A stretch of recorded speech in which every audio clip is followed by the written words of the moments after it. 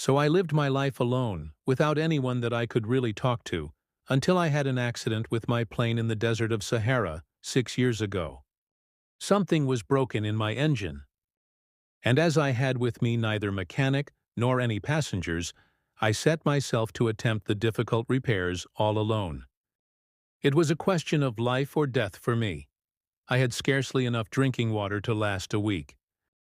The first night, then, I went to sleep on the sand, 1,000 miles from any human habitation. I was more isolated than a shipwrecked sailor on a raft in the middle of the ocean. Thus you can imagine my amazement at sunrise when I was awakened by an odd little voice. It said, "If you please, draw me a sheep." What? Draw me a sheep? I jumped to my feet, completely thunderstruck. I blinked my eyes hard. I looked carefully all around me, and I saw a most extraordinary small person who stood there examining me with great seriousness. Here you may see the best portrait that, later, I was able to make of him. But my drawing is certainly very much less charming than its model.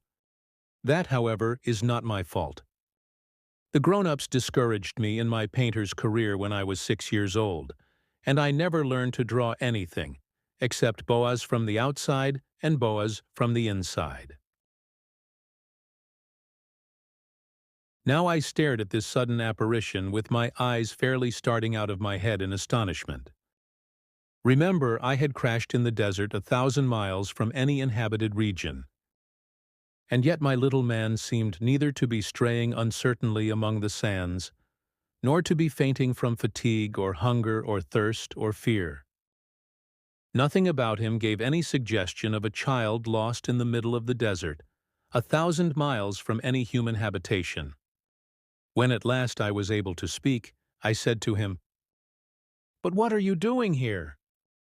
And in answer he repeated very slowly, as if he were speaking of a matter of great consequence, "If you please, draw me a sheep." When a mystery is too overpowering, one dare not disobey. Absurd as it might seem to me, 1,000 miles from any human habitation and in danger of death, I took out of my pocket a sheet of paper and my fountain pen. But then I remembered how my studies had been concentrated on geography, history, arithmetic, and grammar, and I told the little chap, a little crossly too, that I did not know how to draw. He answered me, "That doesn't matter. Draw me a sheep." But I had never drawn a sheep.